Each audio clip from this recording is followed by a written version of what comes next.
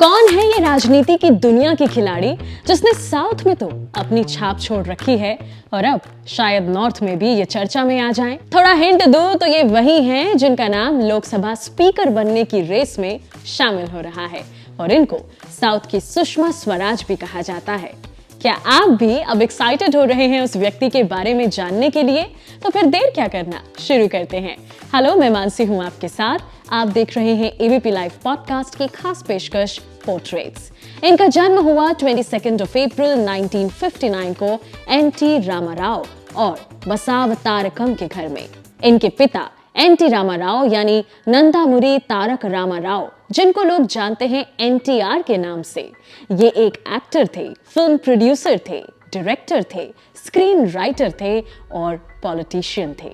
इन्होंने ही तेलुगु देशम पार्टी बनाई थी, यानी यही टीडीपी के संस्थापक हैं और इन्होंने 7 साल तक फॉर 7 इयर्स आंध्र प्रदेश के चीफ मिनिस्टर के तौर पर सर्व किया था।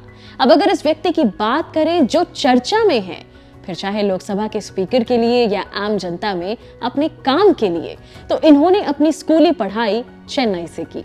स्कूली पढ़ाई खत्म करने के बाद इन्होंने south Indian educational trust and women college से बैचलर्स ऑफ आर्ट्स की पढ़ाई की लिटरेचर में 1979 में।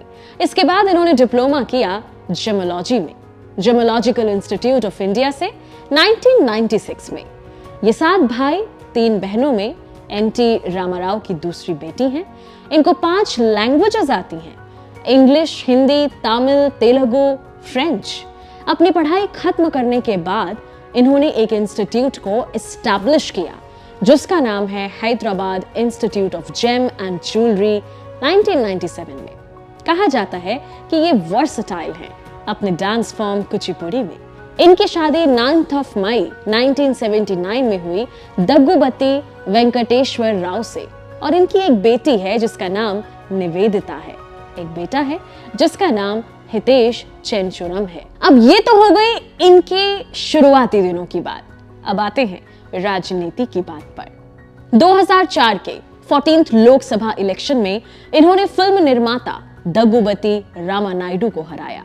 अगर अभी की बात करें तो ये आंध्र प्रदेश में भारतीय जनता पार्टी की स्टेट प्रेसिडेंट हैं।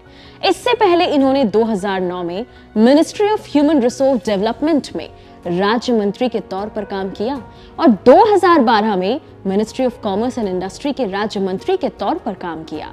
इन्होंने आईएनसी यानी इंडियन नेशनल कांग्रेस की ओर से आंध्र प्रदेश की विशाखापट्टनम कॉन्स्टिट्यूएंसी से एमपी के तौर पर सर्व किया। इससे पहले इन्होंने इंडियन नेशनल कांग्रेस की तरफ से बापाटला कॉन्स्टिट्यूएंसी में सर्व किया। अब आपके मन में आ रहा होगा कि जब आईएनसी में सब कुछ अच्छा चल रहा था तो फिर बीजेपी कैसे? वो ऐसे कि इन्होंने 2014 में आंध्र प्रदेश के विभाजन यानी तेलंगाना बनने का विरोध किया, जिसे तत्कालीन संयुक्त प्रगतिशील गठबंधन सरकार ने सपोर्ट दिया था और फिर वो इस्तीफा देने के बाद भारतीय जनता पार्टी ज्वाइन कर ली 7 मार्च 2014 को। 2014 में इन्होंने लोकसभा इलेक्शंस लड़े बीजेपी की तरफ से राजमपेट से, लेकिन हार गई। इनको बीजेपी के महिला मोर्चा प्रभारी के तौर पर चुना गया और फिर आया वो दिन जब 2024 के लोकसभा इलेक्शंस में इनको एमपी के तौर पर चुना गया राजमुंद्री लोकसभा कॉन्स्टिट्यूएंसी से। इनकी स्पीचेस के अंदाज ने, इनकी एक्सप्रेसिवनेस ने इनको टाइटल दिलवाया और ये बनी साउथ की सुषमा स्वराज। ये हैं दग्गुबती पुरंदेश्वरी। अगर अब की बात करें तो मौजूदा टीडीपी प्रमुख चंद्रबाबू नायडू की ये साली हैं। 1996 में जब एनटी रामाराव का तख्ता पलट किया गया था तब पुरंदेश्वरी ने नायडू का सपोर्ट किया था। उस वक्त उनके इस रुख की काफी चर्चा भी हुई थी और अब फिर से चर्चा में आ गई हैं क्योंकि रिपोर्ट्स के मुताबिक इनको लोकसभा का स्पीकर चुना जा सकता है। अब देखना है कि लोकसभा स्पीकर की हवा क्या रुख लेती है। आज एबीपी लाइव पॉडकास्ट में पोर्ट्रेट्स में इतना ही। जल्द मुलाकात करेंगे एक और व्यक्तित्व के साथ, only on ABP live podcast.